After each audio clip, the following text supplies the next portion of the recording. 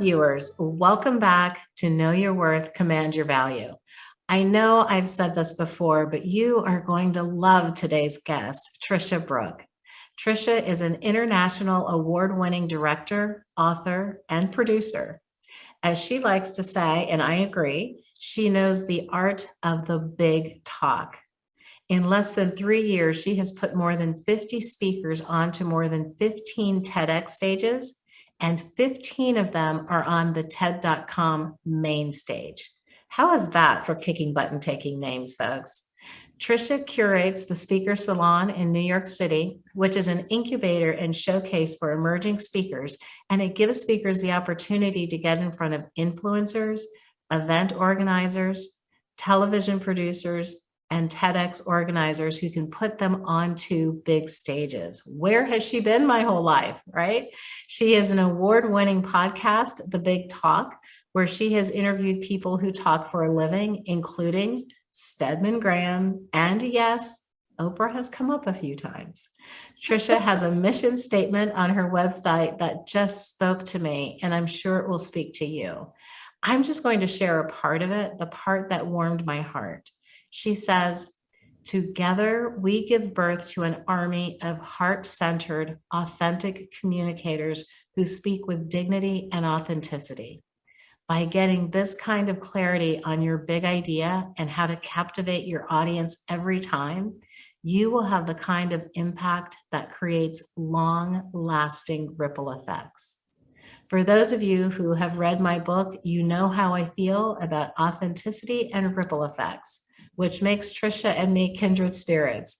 But enough about that. Let's get right to it with Tricia.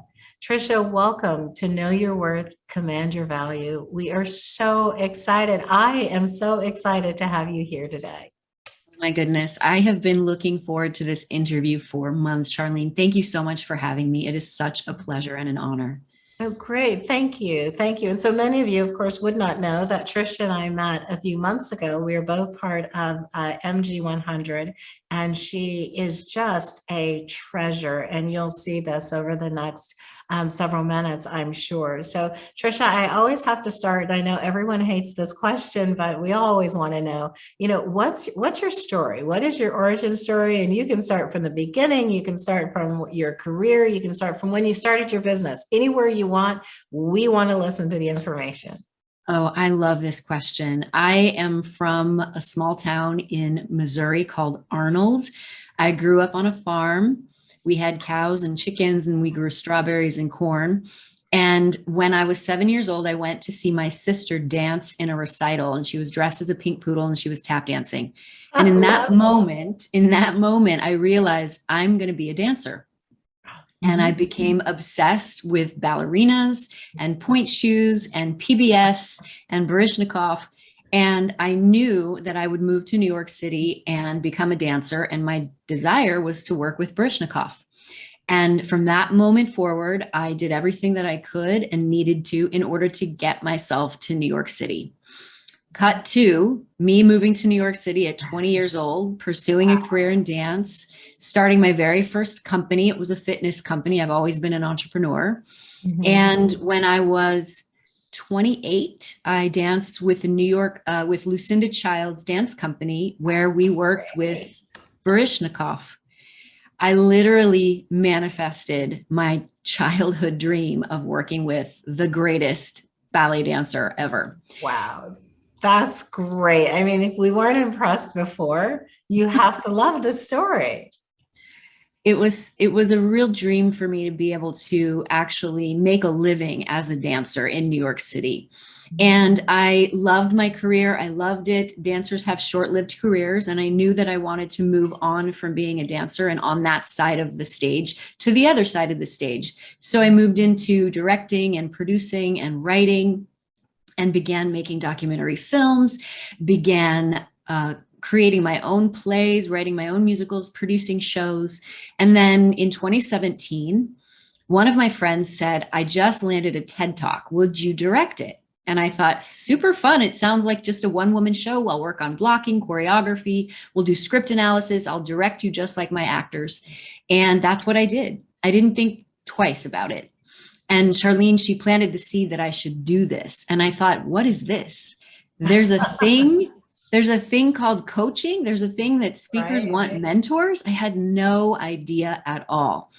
And all of a sudden, I put it out there that I was going to start supporting thought leaders in sharing their message, which had incredible legacy potential for me in terms of how can I help others make the world a better place. And all of a sudden, I had all these speakers, no place to put them. And then I realized, what's the best stage for speakers? TEDx. What do I do for a living? Produce shows.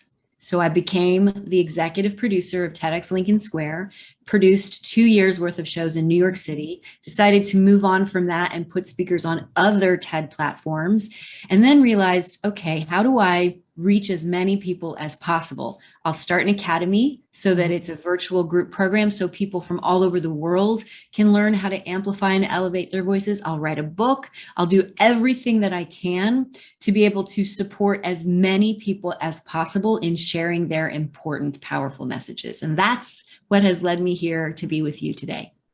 Wow, what a fantastic story. And, I don't know that people really think about the, when you're on stage and whether it's a keynote, whether it's a TEDx talk, it's not so much that you're acting, but you are putting on a show, and that there is a skill, not just a talent, to being able to do that in an authentic way. So it's lovely to hear you talk about that. And when I hear you say it, it makes perfect sense in how you're able to start this business and why it makes such a big difference. You're in the storytelling business and helping people tell their stories, and everyone has a story. But how do you get people to understand that their story is worth telling and worth listening to? I think what you just touched on, which is so important, is that everyone has a story.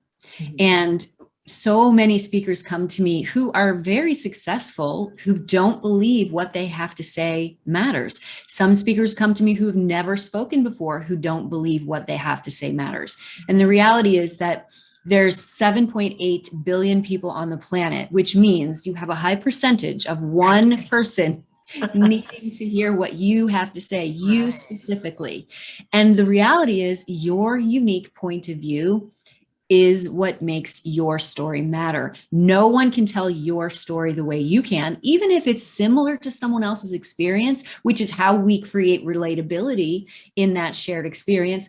But it's really important that you trust that you're enough, that what you have to say matters, and that by sharing your powerful story, you can change and even save someone's life. There's an urgency to this work and a responsibility to this work. When you have a powerful message and a story to tell, if you're withholding it, whether it's fear or you don't think you're enough or you don't think anybody will care, the reality is you're preventing that person, like Marshall says, from hearing from you.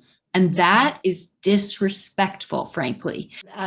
Tricia and I didn't talk about this before, but of course I have a book out that's called You Are Enough. And to keep hearing Tricia say those words about people not knowing that they're enough or not believing it is just, music to my ears. I have on my t-shirt, I am enough, that I sell on my store. And so now you are so passionate about what you're doing, and I can completely understand why.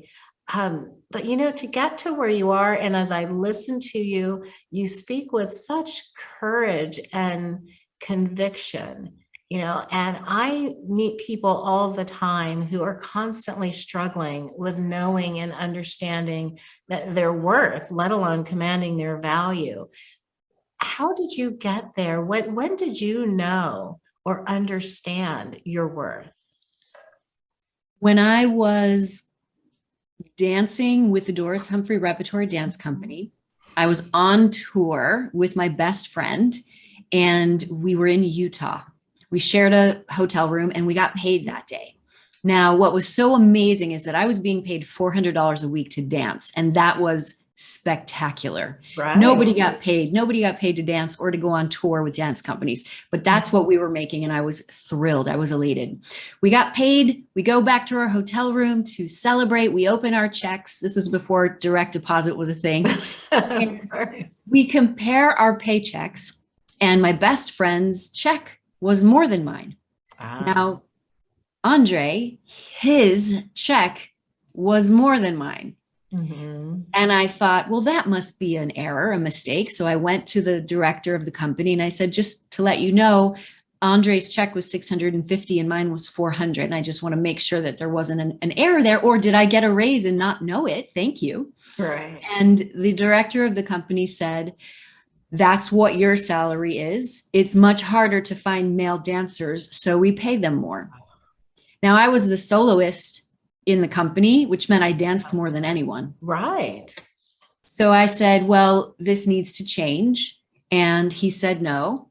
So I immediately gave notice, got myself a lawyer from Volunteer Lawyer for the Arts, and he tried to sue me for breach of contract, which of course I countersued for discrimination. Now, when you're a dancer in a company, there's not a lot of positions that you get paid.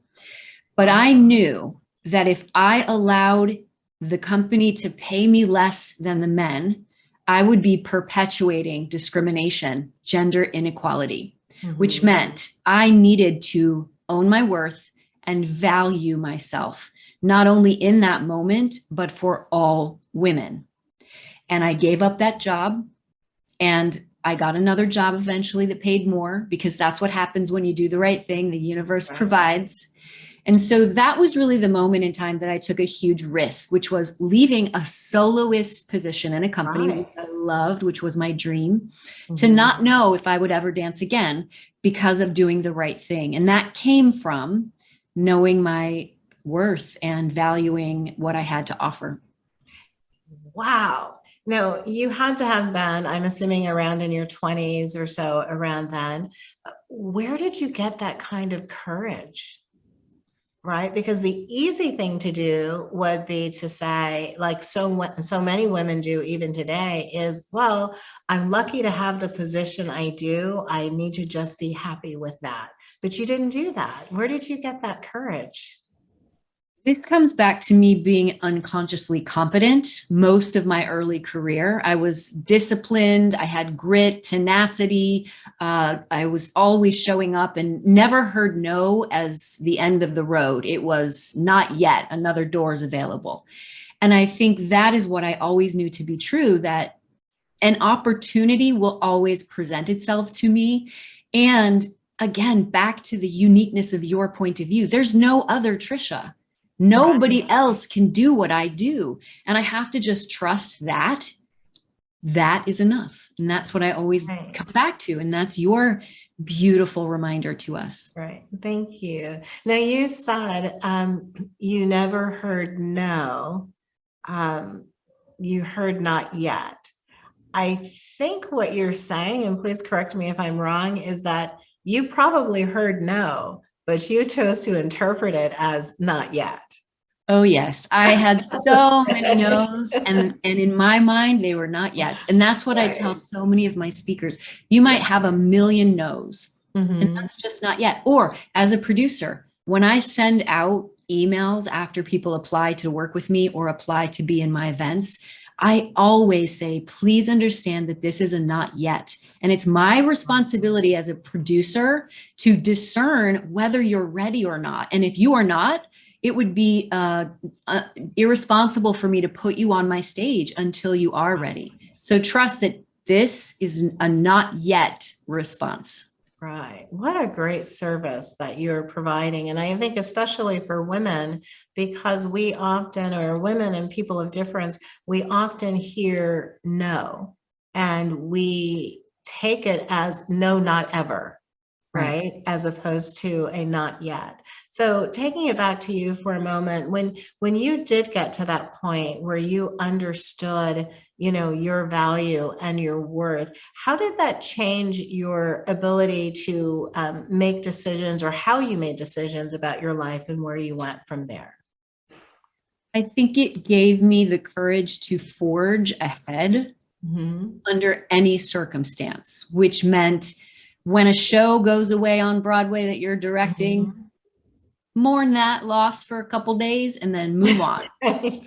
Right. One of my mantras is keep the story moving. If we are stuck or mired in what doesn't happen or hasn't happened yet, we Mhm. can't get busy doing what we're meant to do on this planet. We are here for such a short time and we have so much to accomplish. And that's what keeps me making decisions. How am I going to be best of service to my community? What do Mhm. I need to do to be fully 100% intentional and my best self? So I'm constantly making decisions around what I need to do for myself to show up fully. And that doesn't mean being selfish. It means being Right. intentional. Mhm. And how can I fully be of service to my community, to my family, to my friends? And that's how I make decisions. So, Tricia, the name of this show is Know Your Value, Know Your Worth, Command Your Value. So, I have to ask you, what advice would you give someone, anyone of any age or stage in your life, I think, and especially women, to help them know their worth, but then take the actions needed to command their value? I say that we have to stand up for ourselves individually in Mhm. order to create a collective of women who say yes and who stand up for themselves. So that collectively needs to happen. The other thing that's so important, if we as women don't start saying we must be paid our worth, we must be paid to speak, we're perpetuating a cycle. And that can be scary. Once we all start saying it and we all start commanding it, it will change. And that's the thing that we have to remember. We're bigger together. We're better together. And we must elevate and amplify each other's voices in order to have a collective change around how we are perceived and what our value and our worth is. Oh, that's so great. I have this, it's my little side hustle. It's this store called unapologeticaf.store. And in it, I sell, merchandise and t-shirts and things that say I am enough, because I just have this vision of thousands of people, women, men, whoever, wearing this t-shirt and taking selfies of it and either sending it to me or putting them on social media, just to be loud and proud about saying, I am enough. And so I just love to hear you talk about this. But this show's about you, not about me. So as we close out, is there anything else that you'd like to leave us with, talk about, if you have a book or something or another initiative? And then let our viewers know how they can get in touch with you. Thank you so much, Charlene. I'm going to go and get one of those shirts because I am obsessed and I have to take a picture for you. I'm just know that's happening. I want to just share with your listeners and your viewers one final thought, and that is you are an influential voice and your voice matters. And it could be that you're across the kitchen table from your family. It could be that you're across the boardroom table from your team, or you are across the register from your barista. Every single thing you say has an impact for good or not. And that's why it's so important for you to use your influential voice every single day. And you can absolutely learn how if you go to the influentialvoicebook.com. I tell tons of stories about how I used my voice. The story of me saying, no, I'm not going to be paid less than my best friend is in that book. There's also techniques that you can use to ask for a raise. There's techniques that you can use to write a talk. And it's really meant to serve anyone who wants to learn how to step fully into the role of being an influential voice. I am on Instagram, Tricia Brouk. I'm on LinkedIn. You can go to my website, triciabrouk.com, and feel free to email me at tricia@triciabrouk.com. Oh, great. Thank you. I so think that our listeners and our viewers needed to hear from you today. And I know personally that I feel like I needed to hear from you today. So thank you so much for being with us. Listeners, thank you. And viewers, thank you again for joining us. And before we sign off, I just want to remind you, in case no one else has today, you are enough. Thank you.